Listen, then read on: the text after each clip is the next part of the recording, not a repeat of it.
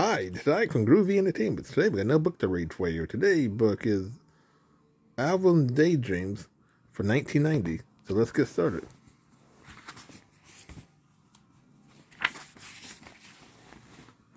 Deep in outer space, Alvin sat at the control of a sleek, fast-moving spaceship, with his brother Simon and Theodore at his side. Captain Alvin battled to save the universe from the evil airlock empire. "Enemy ship straight ahead, Captain," said Simon. "Aim laser cannons," shouted Alvin. "Laser cannon armed, Captain," said Theodore. "Let's blast those guys out of the sky," said Alvin as he reached up with his right hand to press the firing button.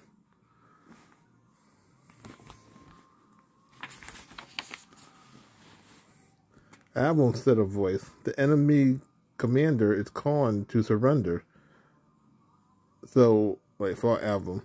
Alvin continued the voice. "I see that your hand is raised. What is the answer?" Alvin jumped. He realized that the voice belonged to his teacher. She was calling him back to reality of her classroom from the outer space world of his latest daydream. Stammered Alvin. "The answer is 42. Alvin said his teacher.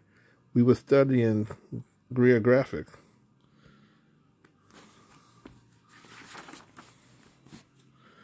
On the way home from school, Simon talked to his brother about his daydreaming in class.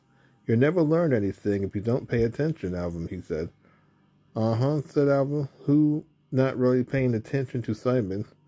"Come on, I'll race you home." Simon just shrugged as Alvin raced on ahead. The next day, in the middle of science class, Alvin was lost in another daydream. This time, he was playing in the World Series.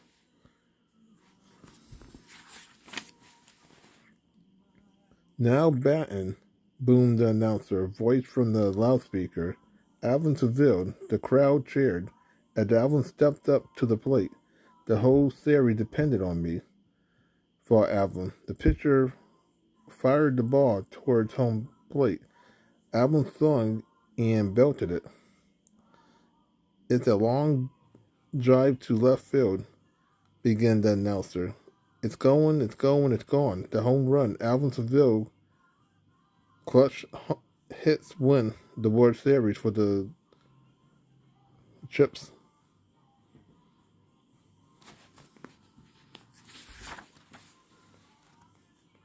"Alvin, are you paying attention?" asked the teacher. "Please, no interviews until after I had taken a shower," answered Alvin, still lost in his World Series daydream.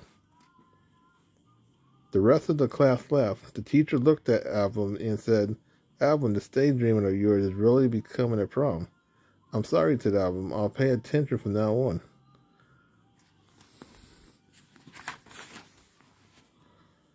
But Alvin's problem just got worse. One day he daydreamed that he was a pirate riding the high seas in the search of a sinking ship and bear each other. "Ahoy, mateys. This is Long Alvin Silver, your private captain," he shouted. After that, he daydreamed that he was a cowboy riding the range. "Okay, partners, it's roundup time," said Cowboy Alvin. "Yippee okay."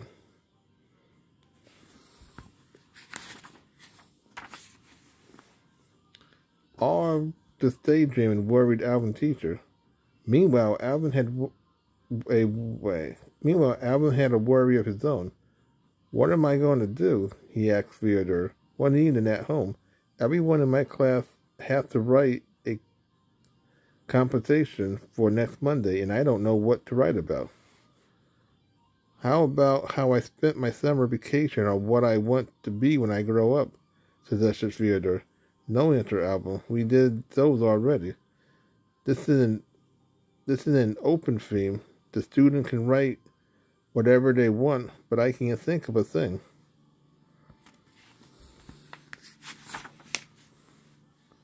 The next morning, Alvin was back to his daydreaming in class. This time, he was a spy looking for double agents and using the latest high-tech gadgets.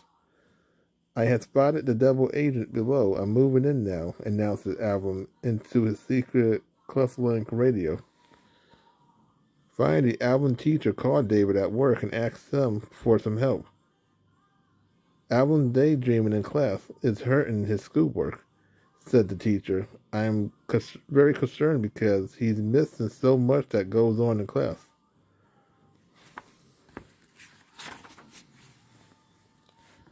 That night, after dinner, David went into Alvin's room. But before Dave could say anything, Alvin spoke up. Dave, began Alvin, I'm stuck. What's the matter? Asked Dave. I have got to write a compensation by Monday, but my mind is a blank. I have no idea what to write about. David smiled. I had a talk with your teacher today, Alvin. He said, said Alvin, I am in trouble for daydreaming again. Don't you see, Alvin?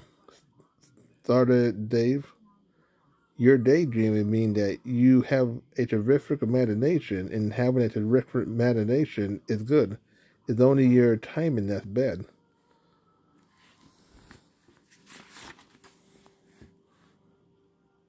Timing, Dave? Asked Alvin, who was now paying close attention. Sir, continued Dave, when you are in class, you should be paying attention to the teacher. That way you won't miss anything that's going on. But when it's time to write a compensation, explained David, you should let your great imagination soar. Think of it as a kite of ideas and turn those daydreams into a compensation. That's what imagination is all about.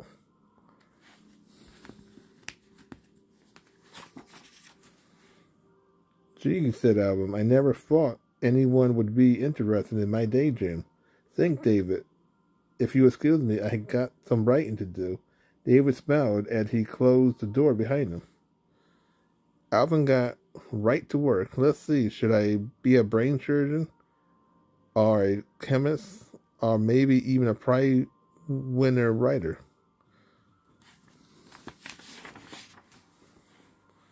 Alvin spent the rest of the weekend writing adventures after adventures, each one making a fine compensation. And on Monday, when his teacher asked for a volunteer to read their compensation, Alvin was the first one to raise his hand. So that was Alvin Daydream for 1990. So if you like, subscribe, share, and comment, have a groovy day. Well, another video comes out real soon.